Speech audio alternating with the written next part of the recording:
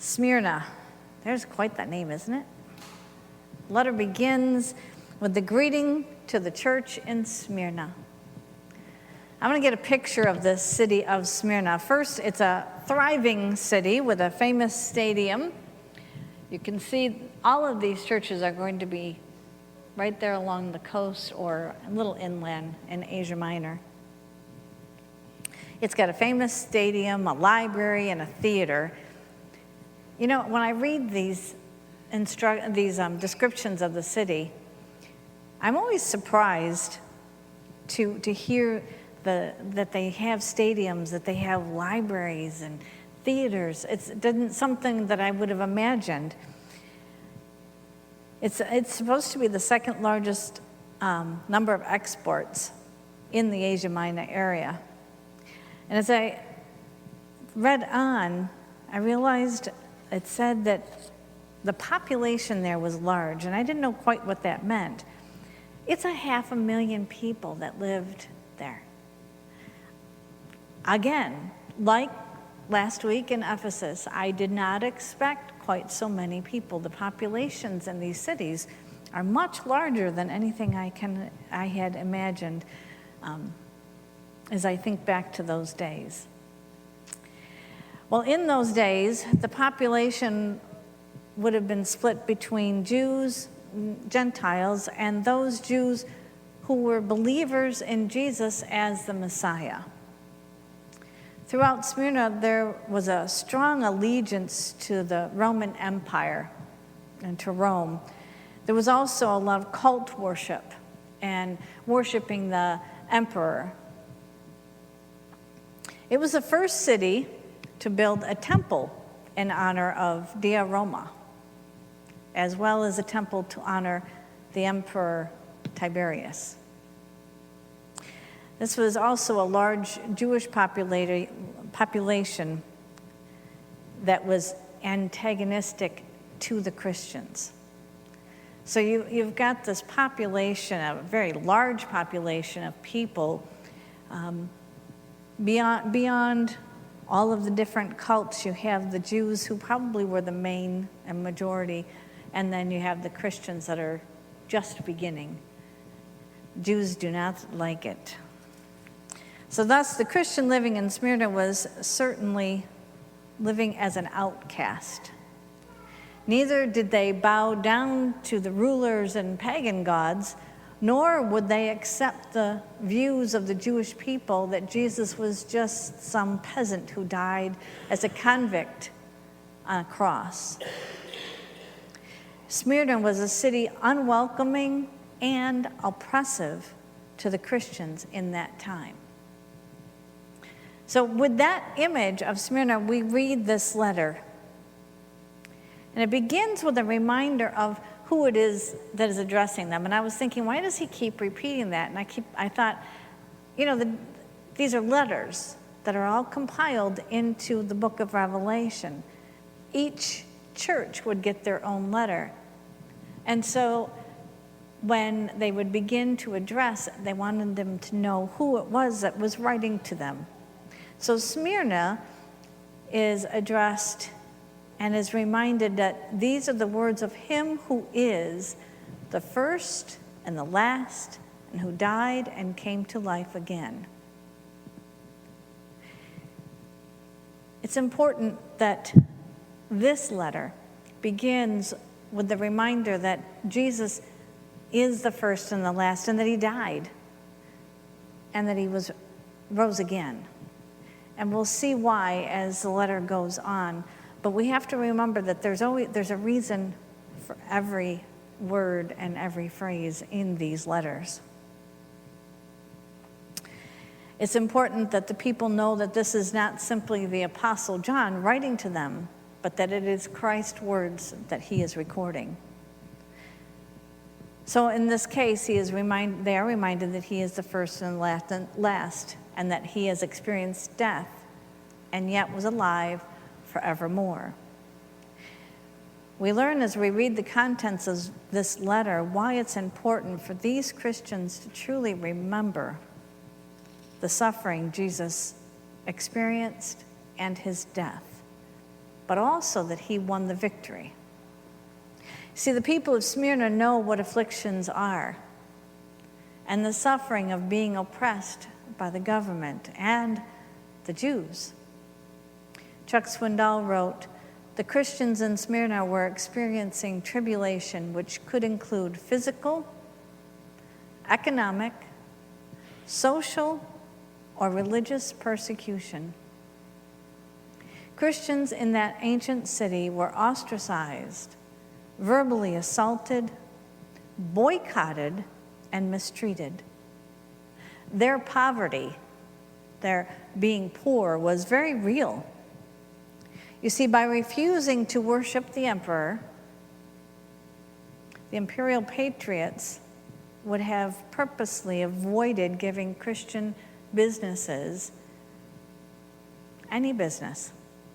They weren't going to walk into their shops. They're not going to buy anything from them, nor are they going to export or import things for them. They could actually be vandalizing their shops. Their shops were targeted because they were Christians. We also have to know that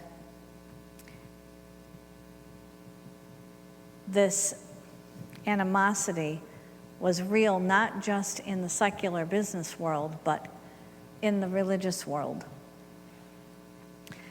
In John 15:8, Jesus said, "If the world hates you, keep in mind that it hated me first." I think the people in Smyrna know this better than anybody. And he says to them, "I know your afflictions and your poverty." He does. He's speaking from an understanding of experience. Jesus knows what you are enduring. But then he finishes with, "But you are rich. But you are rich." You see, here we have this same kind of image where Jesus takes opposites and kind of puts them up against one another. Like in the Sermon on the Mount, he talks about those who are blessed are people that are meek, people who mourn, people who are poor. Those are not what we think of in this world as being blessed. Jesus has this way of putting things that help us to see that the world is not, the secular world is not how he sees things. He says to them, "You're rich because of your poverty." In the book of James, we're also reminded, he writes, "Listen, my dear brothers and sisters, has not God chosen those who are poor in the eyes of the world to be rich in faith and to inherit the kingdom that he promised those who love him?" That faithfulness. This is the church in Smyrna. They are spiritually rich, even though the culture and the society have kept them financially poor. We can grasp by the second part of verse 9 that they were enduring even religious persecution. He writes, "I know about the slander of those who say they are Jews and are not, but are a synagogue of Satan." The Jews who did not accept Christ as the Messiah would have the Jewish Christians ejected from the synagogues. They weren't allowed to go into the synagogue anymore if they believed that this Jesus was the Messiah. This would have consequences in that if they were not part of the Jewish community, which the Roman world understood, when the pagan and emperor worship festivals would occur, those who are not considered part of the Jewish community were expected to join in to these festivities, these worship moments for the pagans or for the Roman Empire. If they did not participate in this worship, they would face arrest, imprisonment, and possibly death. Now, when we hear of people who are being treated so harshly, we want to think that in this letter to them, that Jesus would come along and would slay the dragons, the hero, would save them from all that they're experiencing. But what happens as we get into this letter? Verse 10, we're a little disappointed. Because in verse 10, he says, I tell you, the devil will put some of you in prison to test you, and you will suffer persecution for 10 days. Be faithful, even to the point of death. So he's not coming along and saying, it's okay, it's all going to be better. I'm going to take you away from all of this. Instead, he says, you're going to be persecuted. The 10 days I found in some of my research really isn't, it's more connected to Daniel. And there's a reading in the book of Daniel that talks about they didn't want to worship, they didn't want to eat the foods of the gods. And so there was 10 days that they were tested, and they went 10 days without eating and lived through that. So that's kind of a recall of the Daniel story. But the 10 days does say that there's going to be an end. It's not going to be forever. You will be persecuted for a time. But be faithful even to the point of death. These are not the comforting words that we seek to hear from Jesus. The Christians gathered together in Smyrna have heard these words penned by John and sent from Christ. They hear him say, I know your affliction. I see the pain you're enduring for my sake. And they have hope that Christ is going to come and take them out of the city and relieve them of it all. But in reality, they hear, I know your affliction, but wait, there's more to come. Jesus knew that ultimately the Jews were not the real threat. It was Satan, evil. You see, the devil was continually attacking through the work of the humans, the work of the secular world. Just as evil was once at the core of the arrest, trial, and execution of Jesus, Satan was working to stop the Christian message in Smyrna by the persecution through the Jews and Roman authorities. Jesus tells them, though, to be faithful, even unto death, and I will give you life as your victor's crown. Remember, Jesus had won the victory over death. His promise is that beyond the afflictions and the poverty of this world, the Christians who stay faithful to him will receive their reward. The letter of James again reiterates this message in the beginning of his letter. James chapter 1, verse 12 says, Blessed is the one who perseveres under trial, because having stood the test, that person will receive the crown of life that the Lord has promised to those who love him. It's all about persevering through the trials, through the persecution.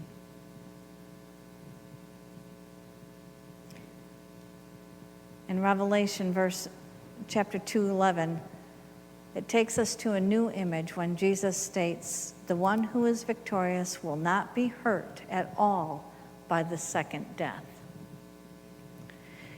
The second death is the death after judgment, when non-believers are cast into the lake of fire for all eternity. This is described later in Revelation 20:14 and in chapter 21:8.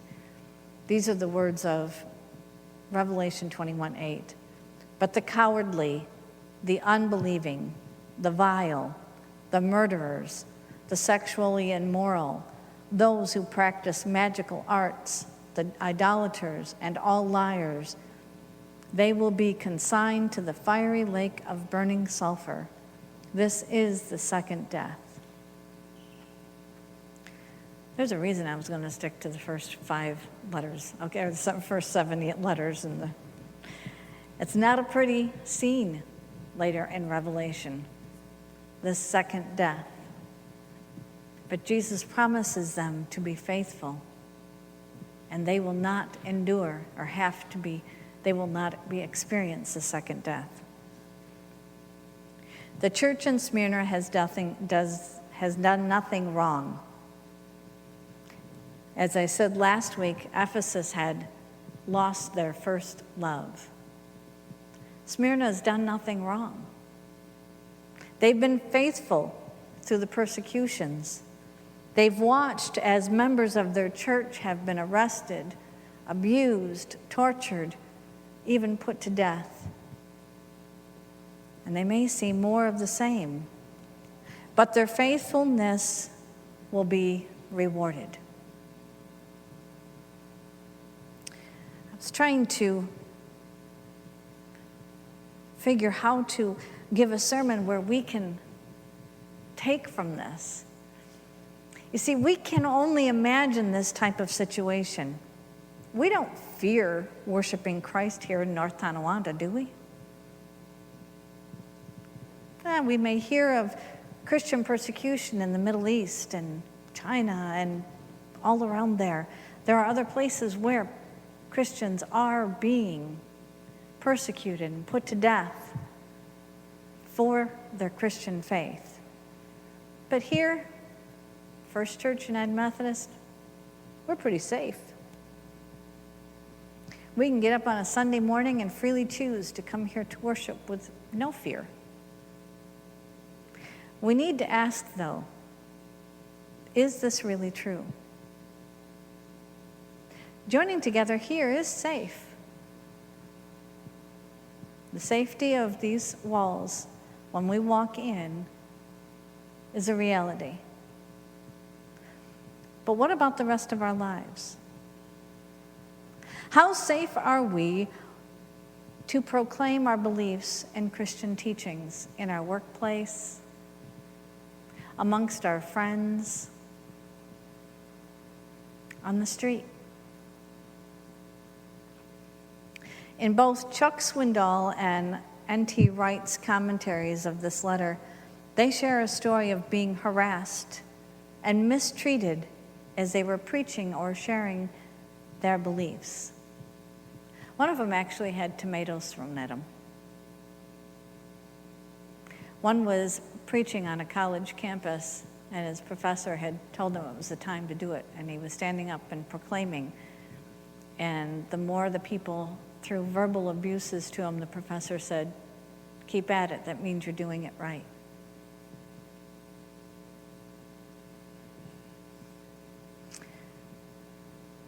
It's a reality that sometimes if we're not in our comfortable church setting,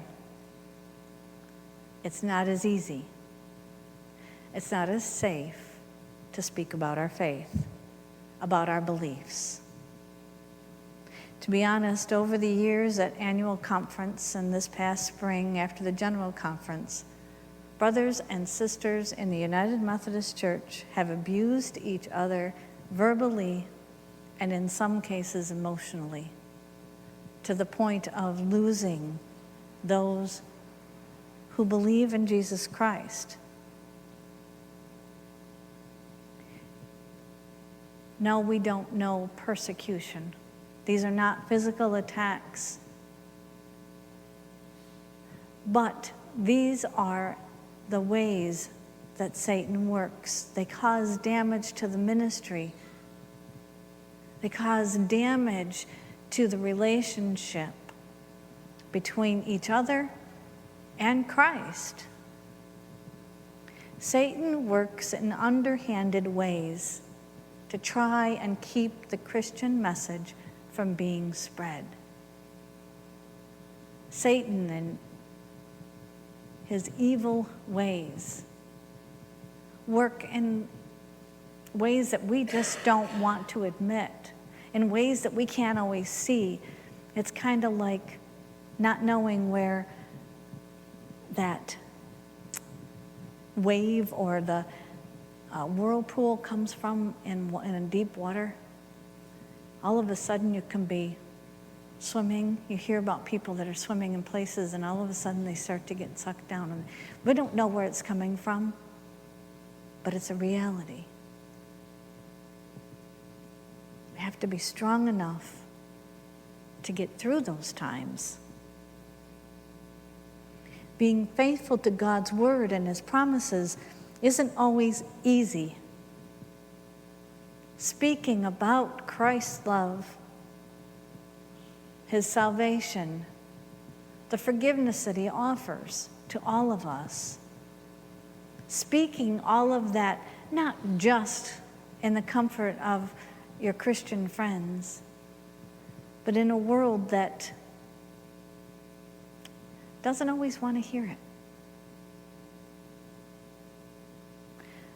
But like the Christians in Smyrna, we are to be faithful.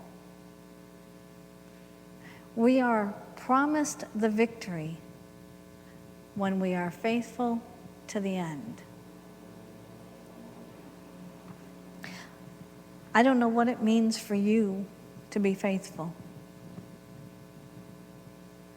I don't know in ways that you have to deal with the persecutions. I don't know how you have to face each day and the people that you have to maybe walk on coals or eggshells around. But we all do it at times and in places. Be faithful to the Lord. Be willing to speak up for his teachings, for the Bible. Be willing. I want you to just look around for a second. Just look at some of the people that are here. The people in the back got it lucky. You don't have to look around. But I want you to imagine this church in Smyrna. They come together regularly, right? All of a sudden, Maxine doesn't show up one week. She's disappeared. The next week, John's gone. The Romans, the Jews have gotten to them. They've been put to death because they were here. One by one, Smyrna was finding that they were losing, but they stayed faithful. They continued to share the message with others and to bring others in, even knowing that they could be persecuted. Can we bring in others? We aren't losing anybody. Nobody's being arrested because they're here. We don't know what this church in Smyrna was facing. What we know is Jesus Christ, who is our Savior, who's given us victory. Let us go forth and share that message without fear, but with excitement and with confidence. Let us pray.